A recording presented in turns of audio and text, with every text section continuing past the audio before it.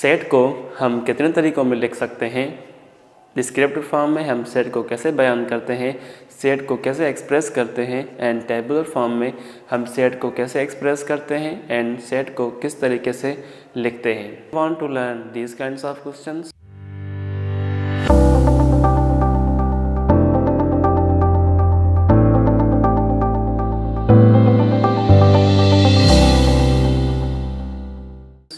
Hello everyone, myself उबेल राहू and आज हम पहले चैप्टर के सेकंड लेसन में हम ये सीखेंगे कि सेट को बेसिकली कितने तरीक़ों में लिखा जाता है और डिस्क्रिप्टिव फॉर्म में हम सेट को कैसे लिखते हैं एंड टेबुलर फॉर्म में हम सेट को कैसे लिखते हैं। एंड ये भी हम डिस्कस करेंगे कि डिस्क्रिप्टिव फॉर्म होता क्या है एंड टेबुलर फॉर्म होता क्या है। ठीक है, सबसे पहले मैं आपको ये बता दूँ कि जो सेट को लिखने के तरीके हैं वो बेसिकली 4 हैं।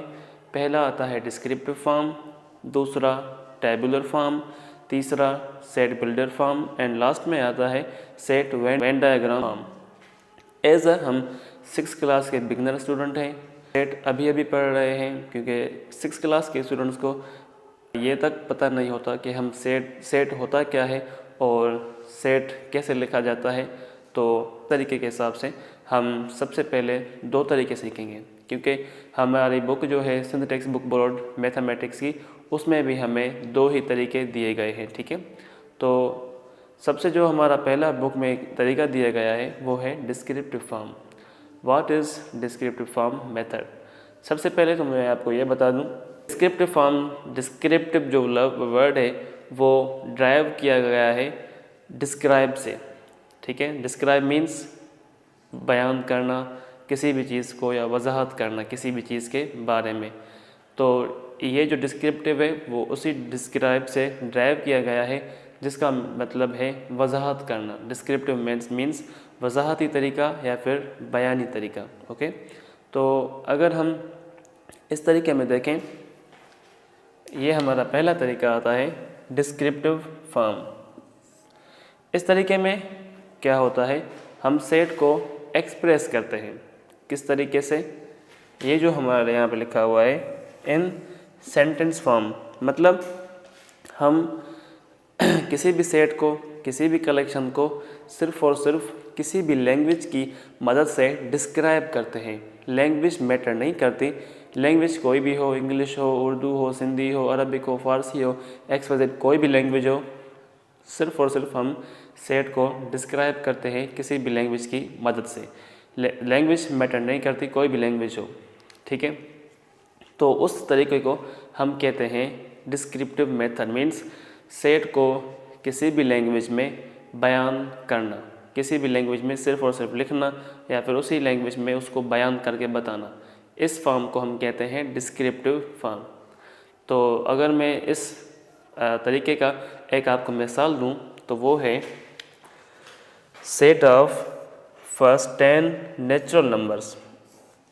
मतलब जो हमारी सेट है, जो हमारी कलेक्शन है, वो है पहले 10 कुदरती नंबर्स की, नेचुरल नंबर की। इसमें आप देख सकते हैं कि मैंने सेट को सिर्फ़ और सिर्फ एक्सप्रेस किया है इंग्लिश लैंग्वेज में। कोई भी मैथमेटिक्स सिंबल्स यहाँ पर मैंने इस्तेमाल नहीं की, सिर्फ़ और सिर्फ इंग्लिश लैंग्वेज में मैंने सेट को डिस्क्राइब किया है इंग्लिश लैंग्वेज की मदद से।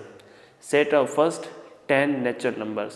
तो ये हो गया हमारा डिस्क्रिप्टिव मेथड। डिस्क्रिप्टिव मेथड क्या है, हम सेट को बयान करें किसी भी लैंग्वेज में, इसको हम डिस्क्रिप्टिव फॉर्म कहते हैं। अब आते हैं हम हमारे दूसरे मौजू पर, दूसरे टॉपिक पर, दूसरे फॉर्म पर, टेबुलर फॉर्म पर। तो दूसरा हमारा है tabular form. Tabular form means अगर हम इसको उर्दू में बयान करें तो टेबुलर फॉर्म मीन्स जदवली तरीका। अब इस तरीके में क्या होता है, सबसे पहले हमें जो कलेक्शन दी गई है उसको हम, उस कलेक्शन को हम नंबर्स में लिखते हैं और वो जो नंबर हैं उनको हम कामा के ज़रिए सेपरेट करते हैं और उन सभी नंबर्स को हम एक ब्रैकेट्स में लिखते हैं जिस ब्रैकेट का नाम है कर्ली ब्रैकेट। ठीक है, जिसे आप यहाँ पर देख सकते हैं। इसका जो पहला ऑप्शन है वो है राइट इन कर्ली ब्रैकेट, मतलब इस फॉर्म में हम जो सेट लिखेंगे उस सेट के जो एलिमेंट्स होंगे, सेट में जो भी अंदर हम लिखते हैं वो एलिमेंट्स होते हैं या फिर उसके ऑब्जेक्ट होते हैं, ठीक है। तो वो जो हमारे ऑब्जेक्ट होंगे वो ऑब्जेक्ट एक कर्ली ब्रैकेट में अंदर होंगे, इन कर्ली ब्रैकेट के अंदर होंगे, ठीक है। ये तो हमारा जो पहला ऑप्शन है वो हो गया राइट इन कर्ली ब्रैकेट, मतलब कर्ली ब्रैकेट्स के अंदर लिखना होगा। और दूसरा है एंड सेपरेट बाय कॉमा।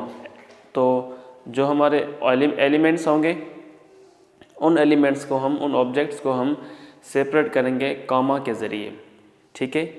तो ये है हमारी दूसरी कंडीशन इस फॉर्म में। पहली जो कंडीशन है वो है कि हम जो भी एलिमेंट्स लिखेंगे उनको हम कर्ली ब्रैकेट के अंदर लिखेंगे, और दूसरी जो हमारी कंडीशन है वो है हम जो एलिमेंट्स उस कर्ली ब्रैकेट के अंदर लिखेंगे उनको हम थोड़ा स्पेस देंगे। स्पेस कैसे देंगे? कॉमा के ज़रिए। जिस तरीके से मैंने यहाँ पर एग्जाम्पल लिखा है कि d बराबर XYZ, it means d is equal to XYZ। तो आप यहाँ पर देख सकते हैं मैंने 3 ऑब्जेक्ट लिखे हैं, उनको मैंने कॉमा के ज़रिए सेपरेट किया है और उन तीनों ऑब्जेक्ट्स को मैंने इस दोनों कर्ली ब्रैकेट के ज़रिए इनक्लोज्ड कर दिया है। तो ये है हमारा टेबुलर फॉर्म। अगर मैं इस कलेक्शन को इसमें लिखूं तो मैं लिख सकता हूं, फॉर एग्ज़ाम्पल ई का नाम मैं इसको दे दूं तो ये हो गई 0 1 2 डैश डैश डैश 10 9। क्योंकि हमें इस कलेक्शन में क्या कहा गया है, इस कलेक्शन में हमें ये कहा गया है set of first 10 natural numbers. तो नेचुरल नंबर्स जो होते हैं वो 0 से शुरू होते हैं और 0 से लेकर 9 तक 10 नेचुरल नंबर्स फुलफ़िल होते हैं, मुकम्मल हो जाते हैं। तो इस सेट को हम इस फॉर्म में इस तरीके से एक्सप्रेस कर सकते हैं। तो ये हो गई हमारी टेबुलर फॉर्म का तरीका। टेबुलर फॉर्म में क्या होता है, हमारी 2 कंडीशंस होती हैं। पहली जो है वो होती है जो हम एलिमेंट्स लिखेंगे, जो हम ऑब्जेक्ट लिखेंगे उनको हम कर्ली ब्रैकेट के अंदर क्लोज करेंगे, और दूसरा ये कि हम जो एलिमेंट्स उस कर्ली ब्रैकेट के अंदर लिखेंगे उनको हम कॉमा के ज़रिए सेपरेट करेंगे। आई होप कि आपको ये दोनों तरीके समझ में आ गए होंगे, और इससे आगे 2 तरीके और भी हैं जिनको हम बिल्डर और वेन डायग्राम के नाम से जानते हैं, बट वो तरीके जो हैं वो हम आगे क्लासों में पढ़ेंगे।